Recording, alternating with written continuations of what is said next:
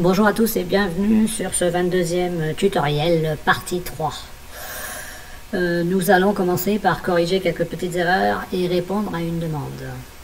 Donc rappelez-vous, dans Révolution, notre première révolution, modèle, si vous dépliez, on va dans le sketch, nous avions coté 40,25, on avait rajouté un jeu de 0,25, ce qui fait que quand on a déplacé nos charnières, on les a déplacées de 40, de l'épaisseur de 4 mm, du rayon supplémentaire, et on a oublié les 0,25.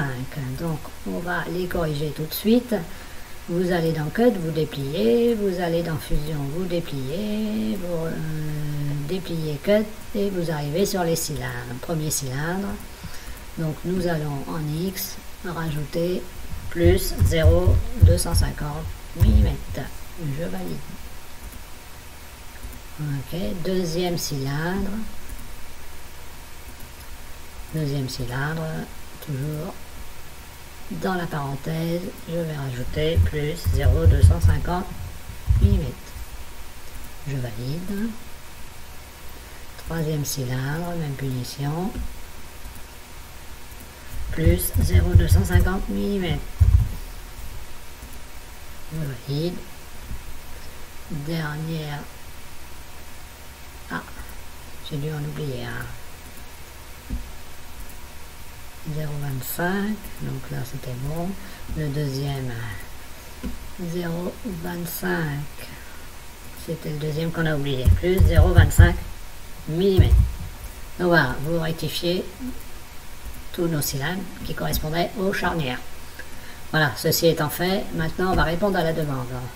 Alors la demande, c'est, moi j'avais donné une valeur fixe ici au de 65 mm à notre filtre. Une personne a contacté en me disant ce serait quand même mieux si cette valeur était variable en fonction de la hauteur, donc pour avoir un filtre plus grand. Donc on va modifier. Donc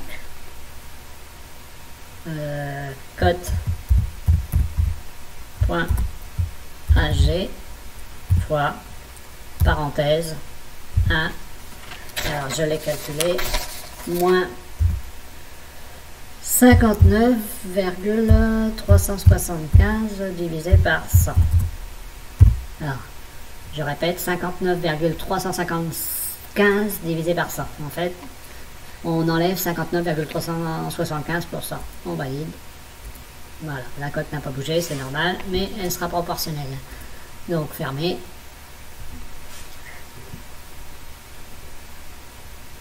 Ensuite, nous allons essayer de retrouver notre petit cube, toujours dans Cut 001, vous dépliez, Fusion, vous dépliez, Cut, vous dépliez, et vous arrivez à...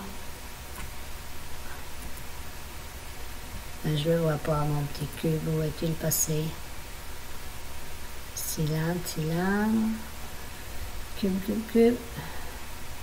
Est-ce qu'il est plus haut? Ah oui, il est plus haut.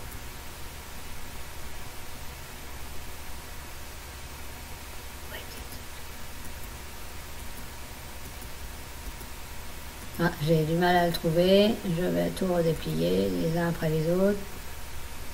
Normalement, on l'avait coupé.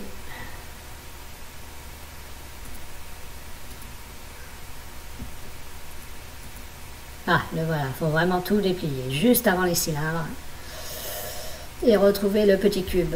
Donc c'est Cut 001, Fusion, Cut, et si vous dépliez le Cut, vous arrivez dans le cube. Donc ce cube, hauteur, vous cliquez sur le cercle et vous allez mettre Cut.h en tâche TG,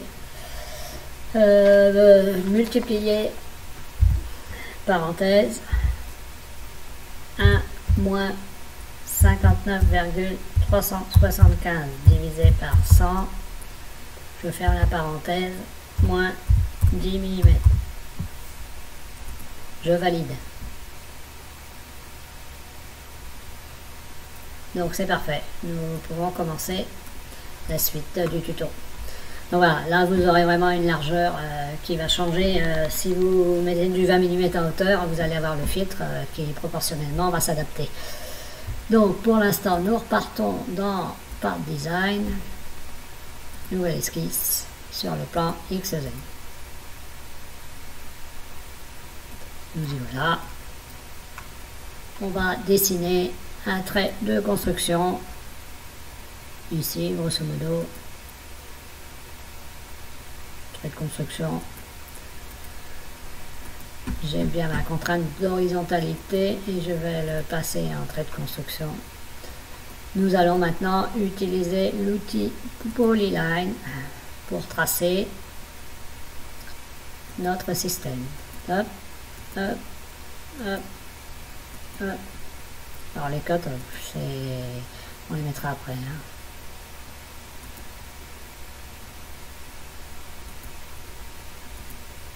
Voilà. Donc là, j'impose une contrainte de verticalité. Ici, une égalité. Ici, une égalité. Ici, une égalité. Ici, un alignement horizontal. Enlever la contrainte numéro 20. Alors surtout quand il le met, n'hésitez pas, on supprime une contrainte parce qu'il y a redondance. Et on va coter. Donc je commence la longueur, je veux un système de 50 mm. On y était presque. Ici, je veux une hauteur de 3 mm. Ici, je veux une cote de 11 mm. Donc, je vais replacer mes cotes pour que ça soit plus lisible. Et entre ici et ici, je veux une cote de... Alors, je vais regarder sur ma petite feuille parce que je l'ai pris au pied à coulisse. 12,75. 12,75 mm. Voilà. Donc là, ok, 12,75. Qu'est-ce qu'il nous manque? 50. Ah oui, j'ai dit entre ici et ici, je veux une cote de 13,92. Bon, c'est pris sur un vrai système, hein, c'est pour ça que qu'on n'y va pas à l'aveuglette, quoi. Donc il me manque combien de contraintes? 4 degrés. Donc cette distance-là et mon trait de construction. Donc pour moi, tout ça, ça doit être bon. Ça doit être bon. Voilà. Pareil. Je vais rapprocher mon système pour le placer. Ah, je ne vais pas filer une contrainte d'alignement, je vais me filer une petite contrainte d'alignement. Laisse fait ici. Voyons s'il pleure. Donc, hop, hop.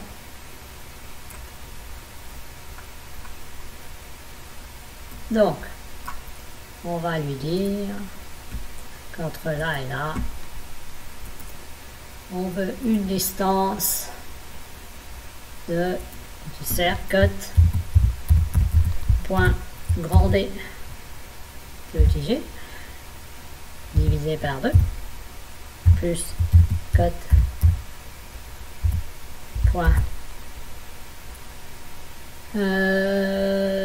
rayon grand R supplémentaire et moins 5 mm. C'est le jeu que je me permets pour qu'il rentre bien dans le système. Voilà, donc on est bien rentré dans la matière. Maintenant, j'ai autre chose à côté. Par rapport à l'axe X, je souhaiterais cote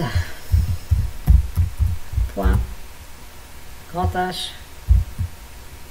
G divisé par 2 multiplié parenthèse 1 moins 25 divisé par 100.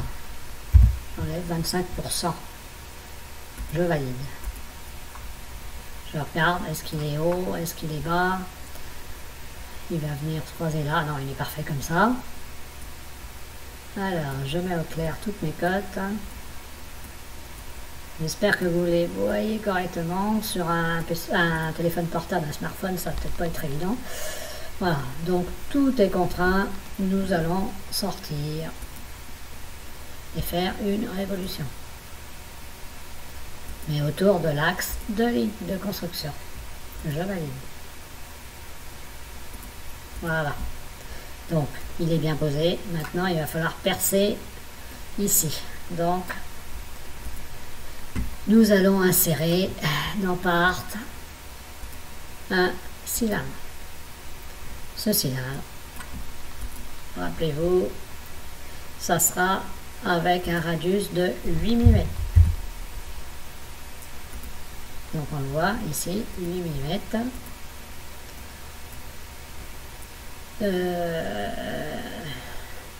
Une hauteur, je vais lui mettre allez, du 50 mm, ça n'a pas beaucoup d'importance là.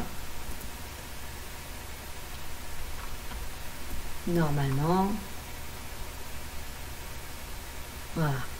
Maintenant, nous allons le basculer. Donc, prendre ici Y et le basculer de 90 degrés. Voilà, le voilà basculé. En X, on le déplacera.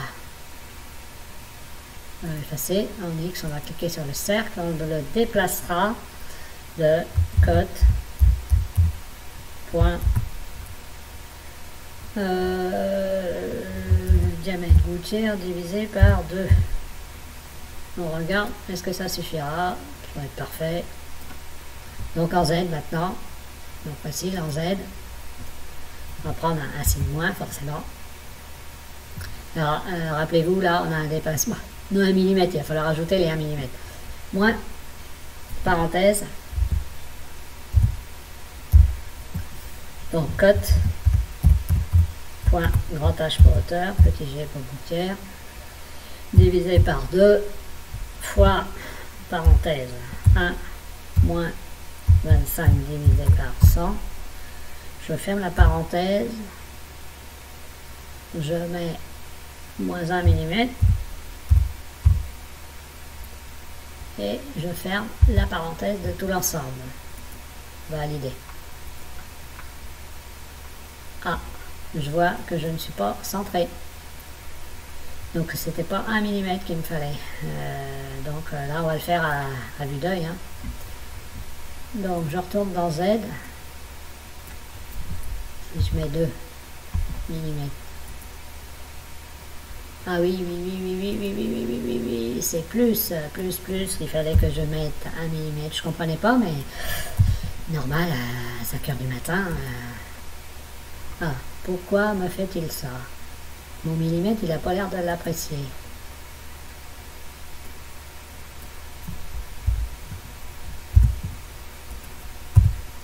Voilà, là il est dans l'alignement, donc il ne faut pas lui enlever les 1 mm. Alors à quoi ça serait dû cette histoire? Je ne sais pas. Bon, donc tout simplement, effacer, c'est pas ça. Ah zut, j'ai fait une bêtise. CTRL Z, est-ce que ça me corrige? Non. Ok, c'est... Là, les 40 mm, c'est cote. C'est pas grave, je rectifie. Point, diamètre, gouttière, divisé par 2. Voilà, nous y sommes. En Z, nous y sommes. Donc, normalement, tout va bien se passer. Appliquer, ok. Nous allons prendre notre évolution qui contient tout. On vérifie. J'appuie sur CTRL. Nous prenons le cylindre et nous allons créer une soustraction.